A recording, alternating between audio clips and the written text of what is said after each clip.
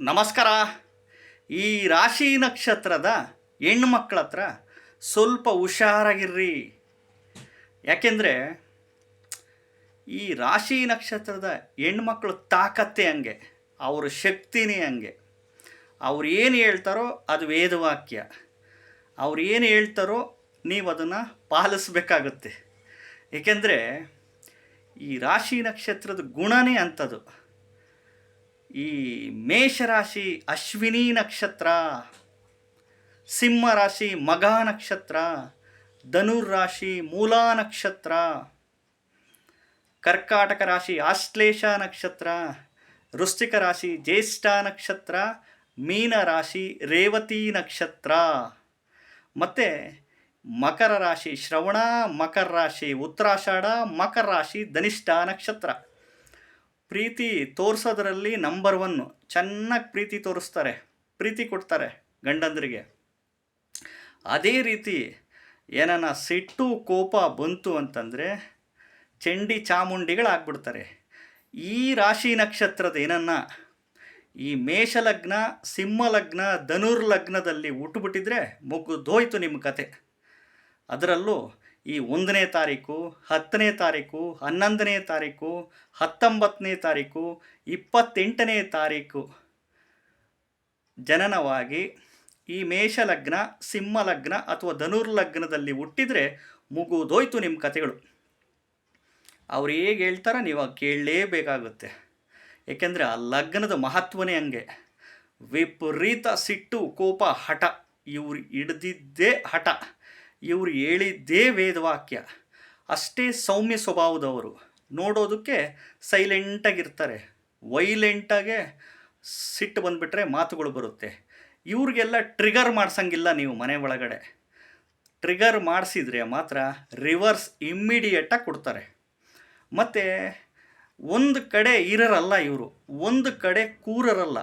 ನನಗೆ ಬೇಜಾರು, ಹೊರಗಡೆ ಕರ್ಕೊಂಡೋಗ್ರಿ, ಟೂರ್ ಕರ್ಕೊಂಡೋಗ್ರಿ, ಪಿಕ್ನಿಕ್ ಕರ್ಕೊಂಡೋಗ್ರಿ, ದೇವಸ್ಥಾನಕ್ಕೆ ಕರ್ಕೊಂಡೋಗ್ರಿ, ಬೇಜಾರಾಗುತ್ತೆ, ತವ್ರ ಮನೆಗೆ ಹೋಗಿ ಬರ್ತೀನಿ ಅಂತಲೇ ಇರ್ತಾರೆ.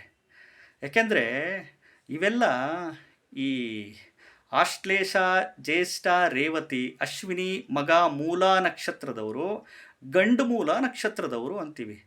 ಸ್ಪೀಡು, ಸಿಕ್ಕಾಬಟ್ಟೆ ಸ್ಪೀಡು, ಸಿಕ್ಕಾಬಟ್ಟೆ ಧೈರ್ಯ, ಅದೇ ರೀತಿ ಸಿಟ್ಟು ಕೋಪ ಇರುತ್ತೆ. ಪ್ರೀತಿಯಲ್ಲಿ ದಾಸರು. ನೀವು ಅವರಿಗೆ ಶರಣಾದರೆ ಖಂಡಿತವಾಗ್ಲೂ ಅಷ್ಟು ಚೆನ್ನಾಗಿ ನೋಡ್ಕೊತಾರೆ, ನಿಮ್ಮನ್ನು ಅಷ್ಟು ಪ್ರೀತಿಸ್ತಾರೆ. ಮನಸ್ಸು ಯಾಕೋ ಚಂಚಲ. ಬೆಳಿಗ್ಗೆ ಇರೋ ಮನಸ್ಸು ಮಧ್ಯಾಹ್ನಕ್ಕಿರಲ್ಲ, ಇವತ್ತಿರೋ ಮನಸ್ಸು ನಾಳೆಗಿರಲ್ಲ, ಅದೇನೋ ಗೊತ್ತಿಲ್ಲ. ಮತ್ತು ಈ ಅಮಾವಾಸ್ಯೆ ದಿನ ನೋಡ್ಕೊಳ್ಳಿ, ಹುಣ್ಣಿಮೆ ದಿನ, ಅಮಾವಾಸ್ಯೆ ಹಿಂದೆ ಮುಂದೆ, ಹುಣ್ಣಿಮೆ ಹಿಂದೆ ಮುಂದೆ, ಪ್ರತಿ ಮಂಗಳವಾರ, ಪ್ರತಿ ಶುಕ್ರವಾರ, ಪ್ರತಿ ಶನಿವಾರದೊಂದು, ಅಷ್ಟಮಿ ತಿಥಿ, ನವಮಿ ತಿಥಿಗಳಲ್ಲಿ, ಗ್ರಹಣದ ಸಮಯದಲ್ಲಿ, ಸೂರ್ಯಗ್ರಹಣ ಚಂದ್ರಗ್ರಹಣ ಸಮಯದಲ್ಲಿ, ಸೂರ್ಯಗ್ರಹಣ ಚಂದ್ರಗ್ರಹಣ ಹಿಂದೆ ಮುಂದೆ ಏನೋ ಮನೆ ಒಳಗಡೆ ಗಲಾಟೆಗಳು, ಜಗಳ, ಕಾದಾಟ, ಘರ್ಷಣೆಗಳು ಬರ್ತಾನೆ ಇರುತ್ತೆ. ಸಣ್ಣ ಪುಟ್ಟ ವಿಷಯ ದೊಡ್ಡದಾಗಿ ಹೋಗ್ಬಿಡುತ್ತೆ. ಅರ್ಥ ಆಯ್ತಾ?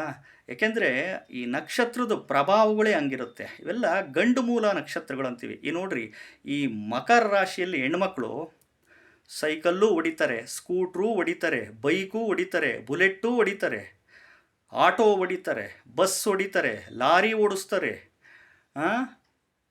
ಟ್ರೈನ್ ಓಡಿಸ್ತಾರೆ. ಮಕರ ರಾಶಿಗೆ ಆ ಶಕ್ತಿ ತಾಕತ್ತಿರುತ್ತೆ.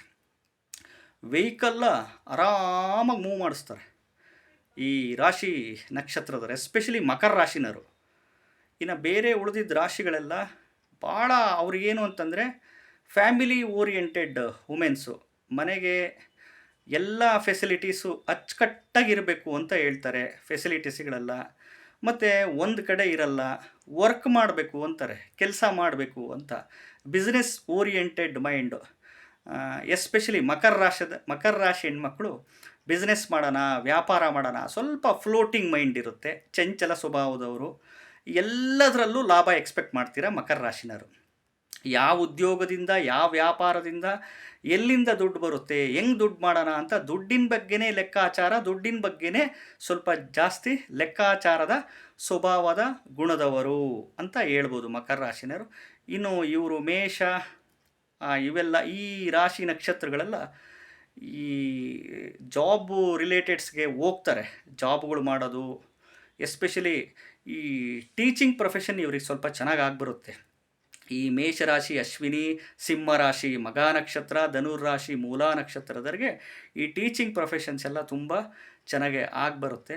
ಈ ಕರ್ಕಾಟಕ ರಾಶಿ, ವೃಶ್ಚಿಕ ರಾಶಿ, ಮೀನ ರಾಶಿ ಅವ್ರಿಗೆಲ್ಲ ಸ್ವಲ್ಪ ಬಿಸ್ನೆಸ್ ಓರಿಯೆಂಟೆಡ್ ಮೈಂಡ್ ಇರುತ್ತೆ.